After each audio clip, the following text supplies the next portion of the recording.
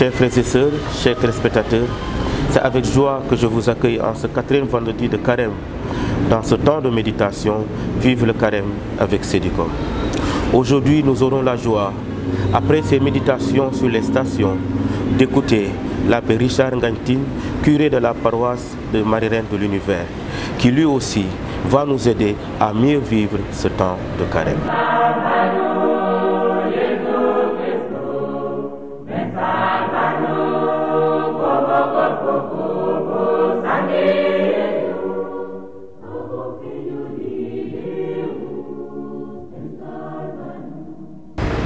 Septième station, Jésus tombe pour la 2e fois.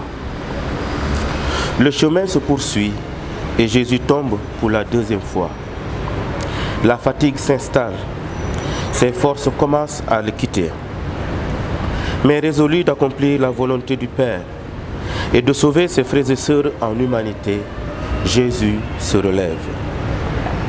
Le fait que Jésus se relève annonce déjà sa résurrection. Il se relève pour nous montrer que rien ne peut nous retenir si nous avons foi en lui. Chrétien, si le péché te fait tomber, relève-toi et prends la main d'amour et de miséricorde que le Seigneur te tend. C'est pourquoi le sacrement de la réconciliation doit être pour nous une source où nous nous abreuvons pour repartir sereinement et confiant sur le chemin de la sainteté avec le Christ. Chers frères et sœurs, faisons de ce sacrement un lieu de rencontre avec Jésus miséricordieux.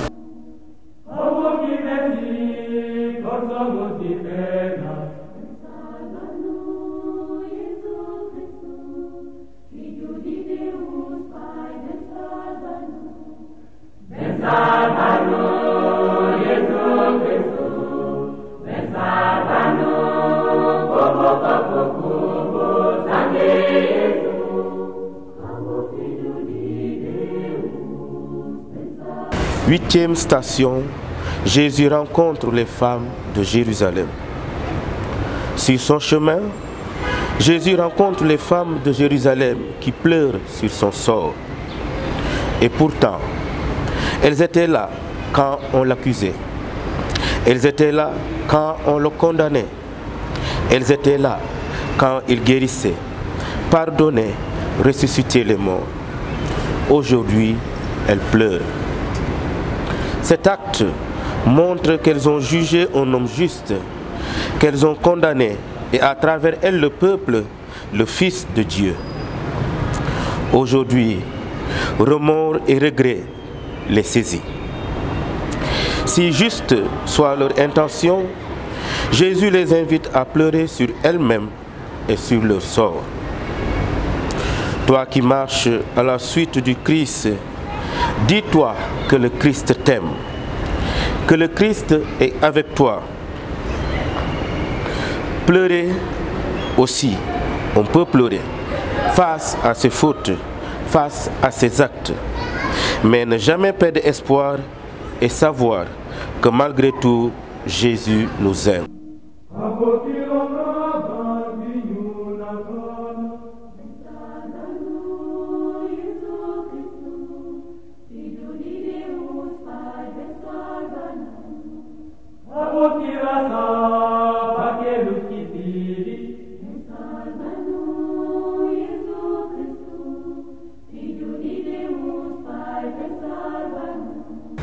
En ce saint temps du Carême, l'Église appelle les fidèles catholiques à fixer leur regard, fixer les yeux sur Jésus-Christ et à entrer dans le combat de Dieu, tel que nous l'a également rappelé l'invitatoire aux offices pendant le saint temps du Carême.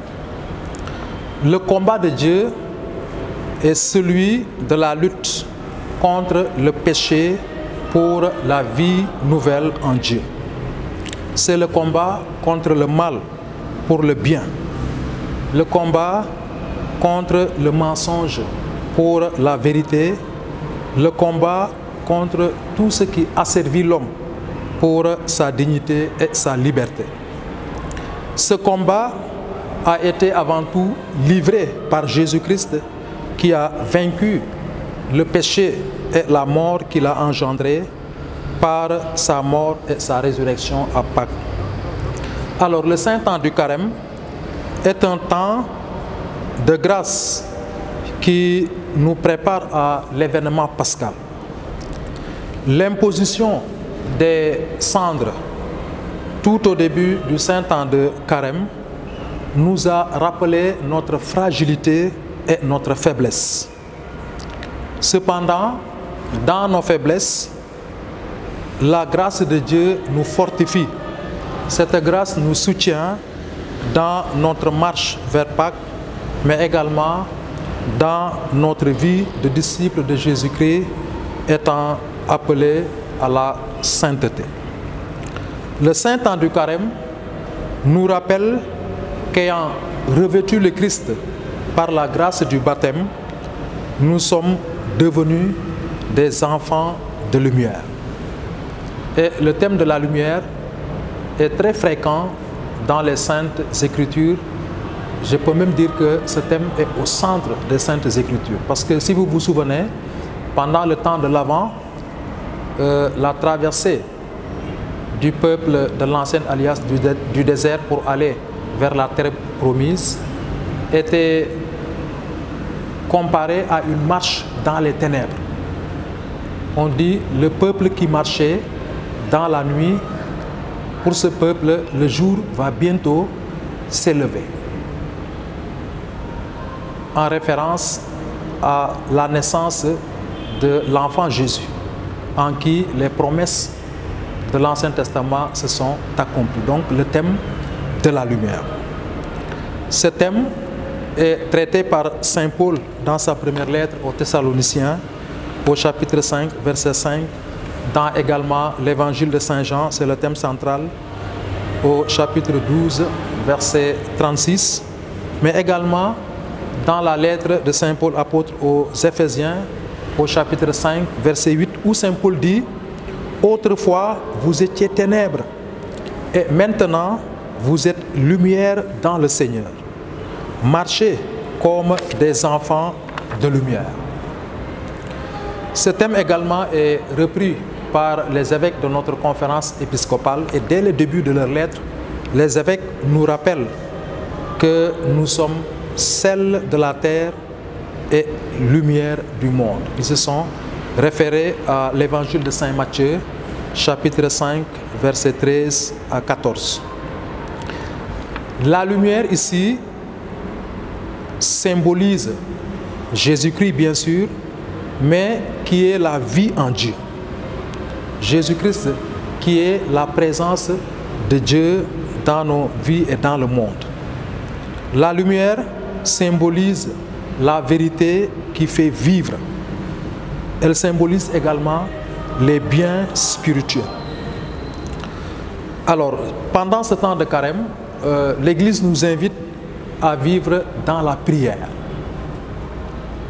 La prière non seulement comme une façon de demander à Dieu ce dont nous avons besoin. Dieu qui est notre Père sait et comprend tout ce dont nous avons besoin pour la vie. Mais la prière, la comprendre comme un temps de communication avec Dieu, un temps de dialogue, un entretien avec Dieu qui est présent dans nos vies par sa parole, qui est présent par sa grâce qui agit dans nos cœurs. La prière également comme un temps d'adoration, un temps d'écoute et de méditation de la parole de Dieu qui est une parole de vie, de vérité et de salut. Ce temps du carême nous invite à la pratique des vertus de la foi chrétienne.